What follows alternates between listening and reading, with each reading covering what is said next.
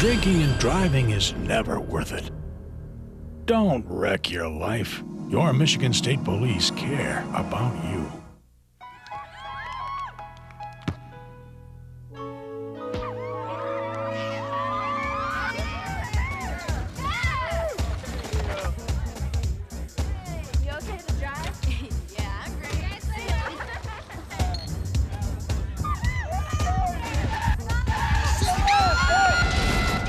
Drinking and driving is deadly.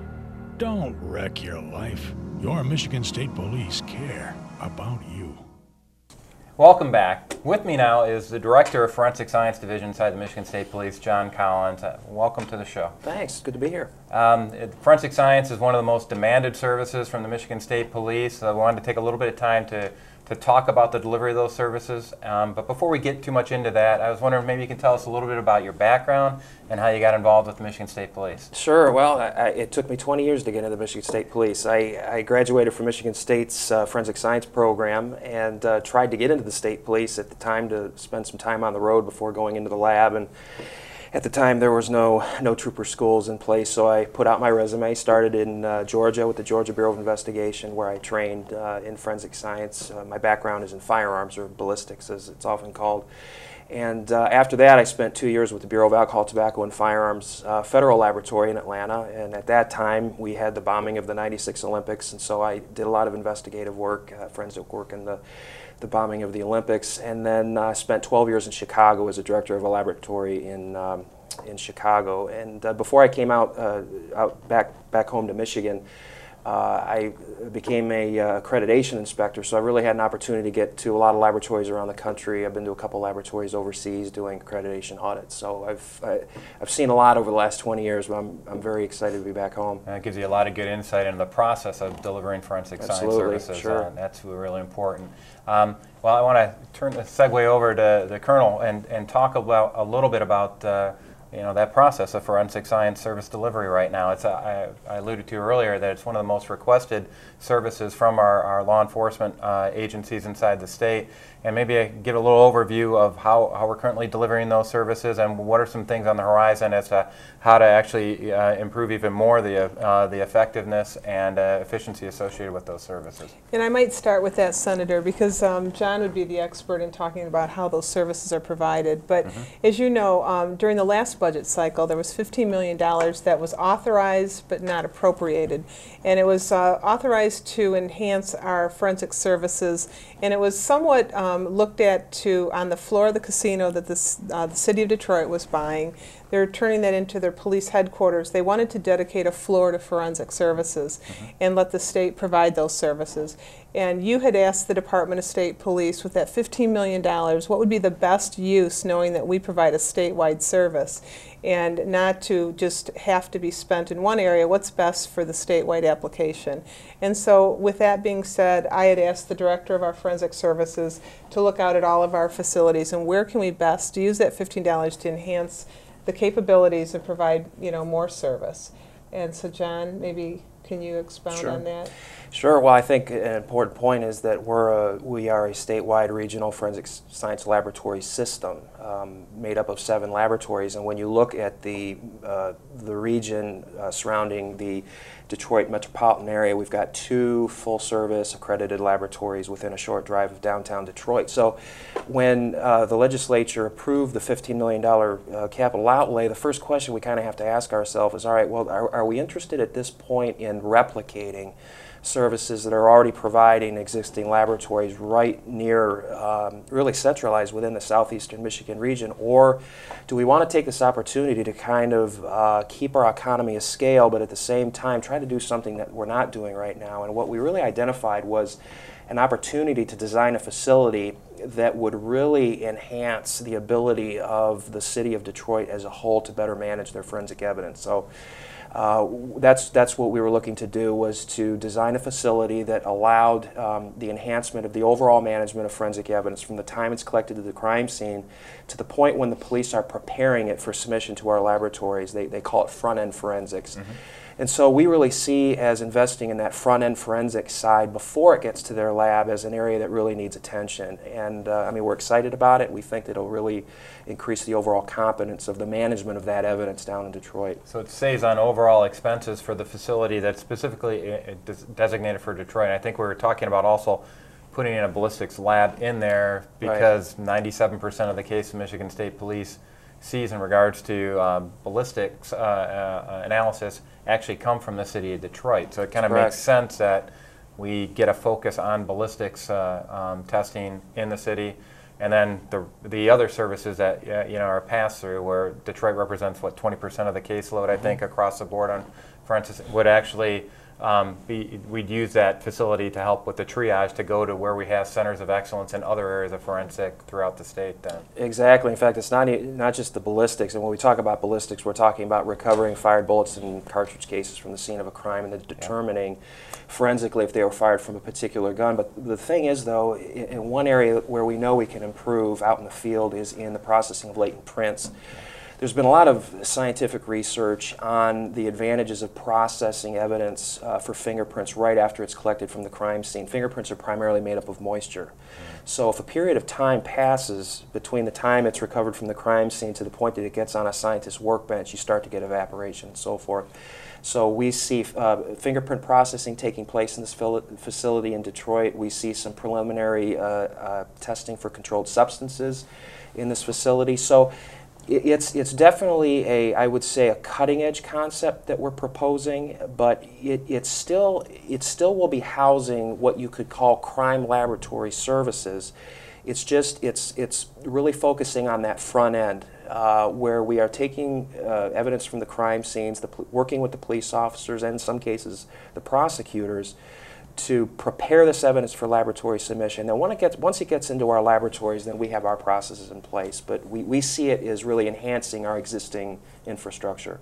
Okay, and kind of maybe give the viewers a little bit of an overview of what our existing infrastructure is statewide in regards to forensic lab services. I know we have the lab up in Marquette, and there's a reason why we have a full-service lab up there when we talk about bridge crossings and some of the things you don't want to bring across the bridge and things along those lines. Maybe you can give an overview of where all the forensic labs currently are in the state of Michigan. Sure. Yeah, the one in Marquette, we have just right off of Lake Superior, as a matter of fact. We have a northern laboratory in Grayling. We have our main laboratory in Lansing, which right now is almost half of our total footprint throughout the state, is right in Lansing. There's a laboratory in Grand Rapids, a laboratory in Bridgeport, right outside of Saginaw, and then the two laboratories in the metropolitan Detroit area, Sterling Heights and Northville. So it's actually a pretty well laid out infrastructure, and it works for us. And the thing, as Colonel Etue alluded to earlier, is that what happens when you expand out your laboratories, if you don't do it right, you lose economy of scale and you lose some efficiencies. So there are disciplines that are better co-located than others, and there are some that are very easy to spread out without losing a lot of efficiency. So we have to pay attention to the service delivery model. And my background is management consulting, so I understand that when you get a certain functional discipline together all in one place, you get a kind of a positive feedback loop without getting too technical on it, but you actually get them feeding off each other and actually learning from each other, and you get a lot better return for that investment. If they were all isolated in their own little labs in different areas here, you wouldn't necessarily get that collaboration that happens in that. So I have a full appreciation for that. Maybe we can talk a little bit about, we're talking about bricks and mortar in context of the labs, because unlike troopers, mass specs and firing ranges and things like that are not very mobile. So, no, that's true. But having said that, what we've still done is provided the department with enough flexibility to move around so we can adjust, so that if all of a sudden our demographics of our cases shifts throughout the state, we don't have to pass another law or another appropriations bill to go off and adjust to that. Maybe an increase in meth labs in a certain area of the state or something along those lines. And there's specific. I don't even know if there's specific forensic disciplines associated with that or not. There are clandestine laboratory testing. Okay.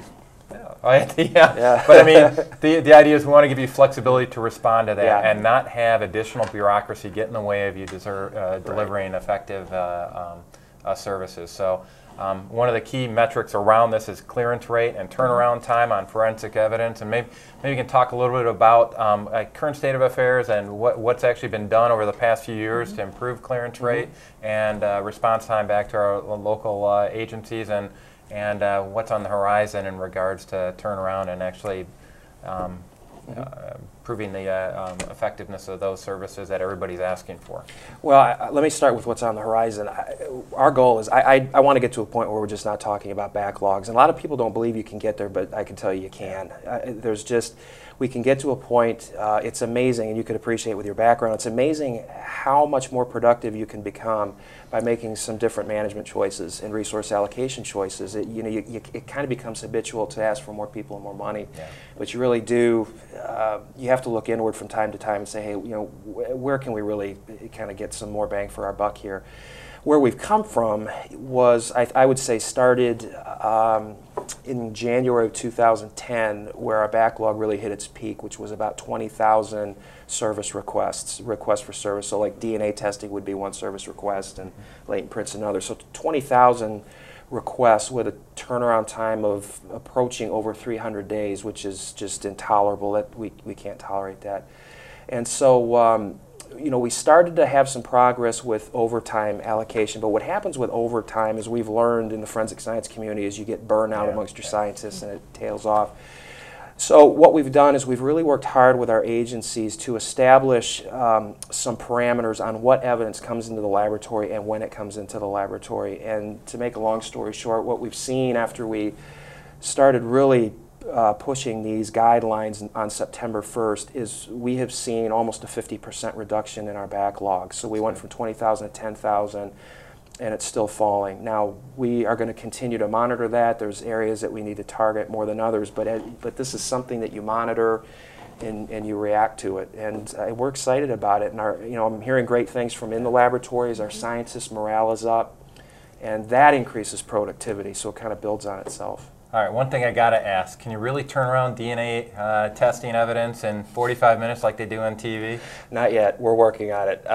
That's a long time away. CSI, the public gets a lot of information about CSI. In fact, we have a term in forensic science called the CSI effect, on the expectations it creates. Unfortunately, it's not very realistic, and it would probably go a long way for people who sit on the juries and even judges and attorneys in the system to kind of better understand what forensic science is really like in the laboratories, but it just takes time and effort. All right, well, Colonel, maybe we'll look at that as one of our metrics goals for next year budget here. So. Well, I want to thank you guys very much for your support through the, not only for this show here, but for the development of the budget and working with you to help improve public safety for citizens here in Michigan. It's been fantastic working with y'all, and look forward to continuing all of our discussion here to make the most effective and efficient use out of the taxpayer dollars. Well, Senator, it's really been our pleasure on behalf of the state police. I want to say thank you for having us on the show, but more importantly for requiring these metrics and measures so that we can prove to you and the citizens that the Michigan State Police is a good investment of tax dollars, and we'll make sure that we can report that back to you in the form of your metrics and measures. Oh, well, I want to assure the folks here in Michigan that I truly believe we're in good hands here with the director and with the director of forensic science as well. There's good people up in the Michigan State Police. They're doing hard work. They're putting their lives on the line along with all of our troopers and folks out on the road. And I just want to express my gratitude on behalf of the citizens of Michigan for all your service. And please keep up the good work. And I'm looking forward to working with you as we move forward in the coming years. So Thank you. Thank you. Likewise. Thank you. Thank you very much.